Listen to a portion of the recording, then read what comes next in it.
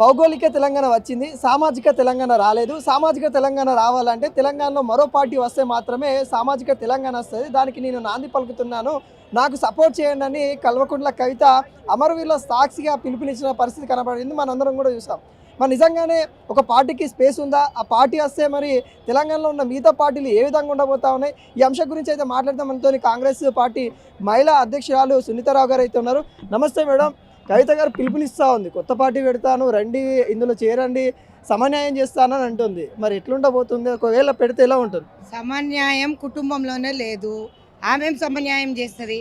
సమన్యాయం చేయాలనుకున్నప్పుడు ఇంట్లోనే తండ్రిని, వాళ్ళ అన్నను, వాళ్ళ బావను, వాళ్ళ మేనల్లుడిని అందరి గౌరవించుకొని కల్వకుంట్ల ఫ్యామిలీ దోసుకున్న దగ్గర సమన్యాయం లేదు. ఇక్కడ సమన్యాయం చేస్తారని ఎవరైనా నమ్ముతారా తమ్ముడు? మీరు చెప్పండి. కాబట్టి సమన్యాయం అనేది చేసేటోళ్ళు లీడర్లు ఇట్లా బయటకు రారు. కుటుంబంలో ఉండి సరిగ్గా సరిదిద్దుకోవాలని ఆలోచిస్తారు. ఒకరు పక్కకు బయటకు దోసేసిందంటే సమన్యాయం లేకుండా చేస్తుంది, డిస్టర్బెన్స్ చేస్తుందనే బయటకు దోసిండ్రు. ఇంక ఈమెం సమన్యాయం చేస్తే చెప్పండి.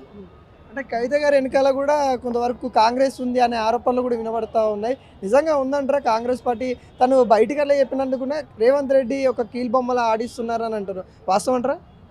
కాంగ్రెస్కి కవిత అవసరం లేదు. ముఖ్యమంత్రి ఈజ్ కేపబుల్. రేవంత్ రెడ్డి గారు అనేవారు కేపబుల్గా ఉన్నారు. ప్రభుత్వంని ఈరోజు ఫామ్ చేసినారు. ఈరోజు ప్రభుత్వంలో సంక్షేమ పథకాలు తీసుకొస్తున్నాం. ఈమెతో మాకు అవసరం ఏంటి? వీళ్ళు 10 ఏళ్ళు దోసుకు తిన్న సొమ్ము ఏదైతే ఉందో ప్రజలకు తిరిగిచ్చి ఇప్పుడు ఏదైతే ఆరోపణలు చేస్తుందో ఆ చిట్టా అంతా బయట పెడితే మాకు సంతోషంగా ఉంటుంది. అది మేము ఎంక్వైరీ చేసి ప్రజల సొమ్ము ప్రజల వద్దకు తీర్చేందుకు ముఖ్యమంత్రి గారు ముందుకు వస్తారు. అంతేగాని కాంగ్రెస్ వాళ్ళు ఎందుకు హెల్ప్ చేస్తారు? ఆమెకు అవసరం ఏంటి? అట్లా హెల్ప్ చేయాలని అంటే మరి ఆ రోజు బయటకు వస్తుండే కదా. ఈరోజు కొత్తగా మాట్లాడుతుంది ఆమె అని అంటే దీని వెనుక తెర వెనుక రాజకీయం మీరు అర్థం చేసుకోండి. ఆమె లబ్ధి కోసం, సొంత లబ్ధి కోసం ఇదంతా మాట్లాడుతుందని నేను అనుకుంటాను. అంటే ఒకవేళ పార్టీ పెట్టి పిలుపునిస్తూ ఉంది కదా, ఎట్లా ఒకవేళ పార్టీ పెడితే జనాలు యాక్సెప్ట్ చేస్తారంటారా? ప్రజలు చాలా తెలివిగల్లోళ్ళు. కవితమ్మ ఇప్పుడు పార్టీ పెట్టినా కూడా ఎవడు పోడు. సరే, ఎవరినో ఒకరిని తీసుకొచ్చి పెట్టుకుంటే తెలంగాణ దగ్గర దోసుకున్న సొమ్మంతా ప్రజలంతా ఆమె దగ్గర ఉంది కాబట్టి పార్టీ పెడుతుంది. పార్టీ పెట్టేంత డబ్బు ఎడికెళ్ళి వచ్చింది? బ్యూటీ పార్లర్లు, జూబ్లీహిల్స్ ఇల్లు, బుర్జ్ ఖలీఫాల ఫ్లాట్లు ఎక్కడికి వెళ్ళి వచ్చినాయి తల్లి? ఇవన్నీ మీరు ఎంత దోసుకున్నారు? ఆ కమిషన్లో తేడా వల్లనే మీరు బయటకు వచ్చినారు. కాబట్టి నేను ఒకటే చెప్తా, ఆమె పార్టీ పెడితే కూడా ఒరిగేది ఏం లేదు, డిపాజిట్లు కూడా రావని నేను అనుకుంటా.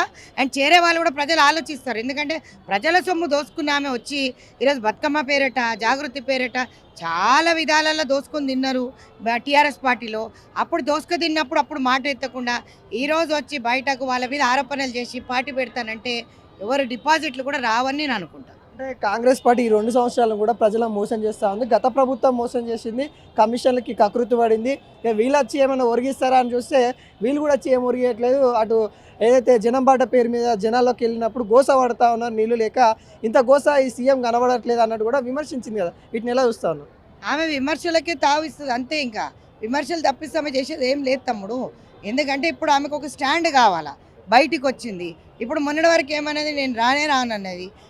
ఆడ ఇప్పుడు శాసన మండలికి వచ్చి మాట్లాడిపోయింది. దొంగ కన్నీరు గారిస్తే ఎవడన్నా వాళ్ళు సానుభూతితోటి మళ్ళీ ఓట్లేస్తారు అనుకుంటారా? కాదు. ప్రజలు ఏం చేస్తున్నాం, ఎలాంటి సంక్షేమ పథకాలు ప్రవేశపెట్టాం, సోనియా గాంధీ గారు బంగారు తెలంగాణ ఇచ్చిన తర్వాత బతుకులు బంగారమయం చేద్దామని మిగిలిత బడ్జెట్లు ఇచ్చిన తెలంగాణ అప్పుల కుప్పగా మార్చింది వీళ్ళు కాదా అని అడుగుతా. ఈరోజు ఆమె కమిషన్ల కోసం బయటకు వచ్చి ఆమె తేడా వాటా తెలుస్తలేదు కాబట్టి ఈరోజు పాపం వాళ్ళ తండ్రి గారు మాట్లాడలేక పరిస్థితి కామ్గా అయిపోయినారు. ఎందుకంటే ప్రతి తండ్రి ఒక బిడ్డ శ్రేయస్సు కోరుకుంటాడు. నా తండ్రి కూడా ఒక అరే నా ఆడబిడ్డ ఉంది ఎదగాలని కోరుకుంటారు. కానీ ఇంట్లో వెన్నుపోటు పొడిచి ఎదగాలని చెప్పి ఏ ఆడబిడ్డ కోరుకోదు. నేను అట్లాంటి దాంట్లో నేను నమ్మను. కాబట్టి ఆడబిడ్డ అనేది ఉండాలి, కానీ ఆస్తుల కోసం ఉండకూడదు, ఆప్యాయతలు అనురాగం కోసం ఉండాలని కోరుకుంటాను. ఒకనాడు బీఆర్ఎస్ పార్టీ అంటే అప్పుడున్న టీఆర్ఎస్ పార్టీ అధికారంలోకి రావాలి, ఏదైతే అమరవీరులు ఎవరైతే ఉన్నారో వాళ్ళ ఆత్మ శాంతించాలి అంటే టీఆర్ఎస్ పార్టీ అధికారంలోకి రావాలని పిలుపునిచ్చారు. ఇప్పుడు కవిత ఏమో తెలంగాణ ఉద్యమకారులకి న్యాయం జరగాలి అంటే మళ్ళీ ఒక కొత్త పార్టీ అధికారంలోకి వస్తే, మహిళా ముఖ్యమంత్రి అధికారంలోకి వస్తే మాత్రమే మీకు న్యాయం జరుగుతుంది అన్నట్టుగా పిలుపునిస్తూ ఉంది. ఎట్లా వస్తారు? 10 మాటలకు ఒక మాట చెప్తా. నీ జూబ్లీహిల్స్ బిల్డింగు, బుర్జ్ ఖలీఫాలు ఉన్న ఆస్తులు, యూఎస్లో ఉన్న ఆస్తులు, ఇవేమైనా ఉన్న ఆస్తులన్నీ అమ్మేసి అమరవీరులకు అంటున్నావు కదా. మరి మీ నాయన చేయలేదు కదా. నువ్వు చేసి చూపించు. అధికారంలోకి వస్తేనే చేయాలని ఏం లేదు తల్లి, అధికారం లేకుండా కూడా చేయొచ్చు. ముఖ్యమంత్రి వారిలో చాలా చేసినాడు అట్లా. గతంలో మా ముఖ్యమంత్రి వారిలో రేవంత్ రెడ్డి గారు చాలా చేసినారు. సో మీకు చిత్తశుద్ధి ఉంటే మాట్లాడడం కాదు, చెయ్యండి, చేసి చూపించండి, తర్వాత మాట్లాడండి. మీరు కుర్చీ కోసం ఏదో ఇవన్నీ అమరవీరులను వాడుకోవడం ఇది పద్ధతి కాదు అని చెప్పి మళ్ళీ ఒకసారి తెలియజేస్తాను.